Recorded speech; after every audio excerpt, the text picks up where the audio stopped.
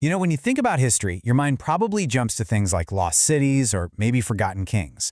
But what if one of the biggest mysteries out there isn't about a place, but about an identity? A hidden story about who an entire group of people really are, something that could challenge everything they thought they knew about where they came from.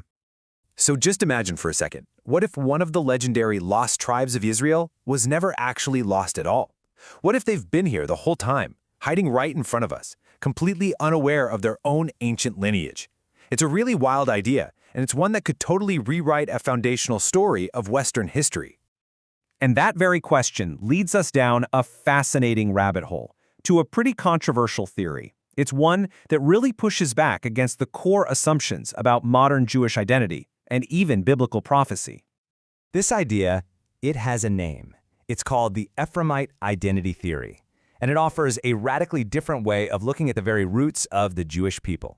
So, what is it exactly? Well, at its core, the Ephraimite identity theory suggests that a lot of modern Jews, and by extension the modern state of Israel, don't actually descend from the tribe of Judah, which is the widely accepted view. Instead, the theory claims their true lineage goes all the way back to the so-called lost tribe of Ephraim. So right away, this puts it in direct conflict with the established history we all know.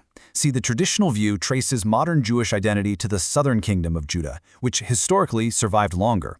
But this fringe theory, it claims a hidden lineage from Ephraim, the leading tribe of the northern kingdom, a tribe that was supposedly scattered and absorbed into other cultures after the Assyrian conquest, like 2,700 years ago. Okay, so a theory this big, it's going to need some kind of evidence, right? And proponents don't just pull it out of thin air. They point to very specific interpretations of Scripture and some pretty controversial archaeological claims to try and build their case. A huge piece of their argument comes straight from the book of Genesis. Supporters look at the part where Jacob blesses his grandsons, Ephraim and Manasseh, and they don't just see it as a simple family blessing. No, they see it as a divine prophecy, a promise from God that Ephraim's descendants would one day become a massive, globally important population. And they don't stop there. They also point to passages in the New Testament. For instance, when the book of Revelation lists out all 12 tribes, well, they see that as direct proof. Their logic is pretty simple. If all 12 tribes are named in a prophecy about the end times, then how could any of them have ever been truly lost? They have to still be out there, somewhere, just waiting to be identified. So you can see how the argument builds. You start with a foundational blessing, you add some scriptural confirmation of survival, and that leads these proponents to a really radical conclusion. They argue that the modern state of Israel isn't about prophecies concerning Judah, but is actually a new fulfillment through this rediscovered tribe of Ephraim. And this whole theory really picked up steam back in the 1980s, mostly thanks to the claims of one key person. And that person was Ron Wyatt, an American amateur archaeologist. Back in 1981, he made a huge claim that his discoveries at a site called Tel Dan offered physical proof that the tribe of Ephraim had survived and was, in fact, living among modern Jews. Now, for followers of this theory, this was massive. It was like a bridge between scripture and tangible real-world proof.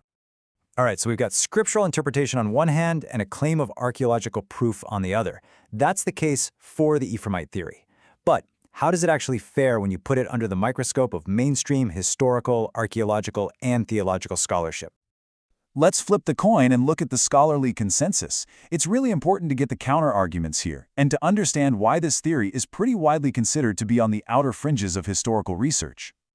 Okay, so scholars have a few major counterpoints. First, they argue that you can't read Scripture as a literal history book. It's full of metaphor and it's open to all kinds of interpretations. Second, the genetic and genealogical evidence we have overwhelmingly links modern Jewish ancestry back to the tribe of Judah. And finally, historians will tell you that ancient tribal identities weren't these rigid, fixed things we imagine today. They were actually pretty fluid and could change depending on the context. And the critique doesn't end there. Scholars also point out that the biblical accounts of the 12 tribes can be inconsistent themselves, and they're generally pretty wary of these lost tribe narratives, because historically, they've often been used to push specific theological agendas. Oh, and that proof from Ron Wyatt? It was never actually validated by the professional archaeological community. So, when you get right down to it, there's just no concrete genetic or physical evidence to back the theory up. And that brings us right back to modern history. The State of Israel was established in 1948. It was founded on centuries of Jewish identity, an identity rooted in the diaspora. and on the immigration of people from all over Europe and the Middle East who all identified as Jews, historically linked to the Kingdom of Judah. The country's founding had nothing to do with rediscovering a specific lost tribe. So, if the hard evidence just isn't there, and the scholarly world is so firmly against it, why does a theory like this hang on? What is its appeal? Let's just be really clear about where the academic world stands on this.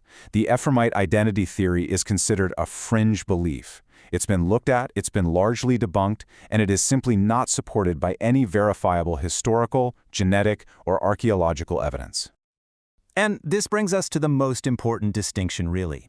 At the end of the day, this theory is built on a very specific way of reading religious texts, as literal prophecy. It operates within a framework of faith, which is totally separate from the conclusions you can draw from verifiable historical or anthropological facts. And that distinction, well, it's everything. And that kind of leaves us with one final thought. Because even without any real evidence, the fact that stories like this persist tells us something pretty powerful about ourselves, doesn't it? It points to this deep human search for identity, for hidden truths, and for a meaningful connection to a legendary past. Maybe the real question isn't whether the tribe was lost, but why so many of us feel such a profound need to go out and find it.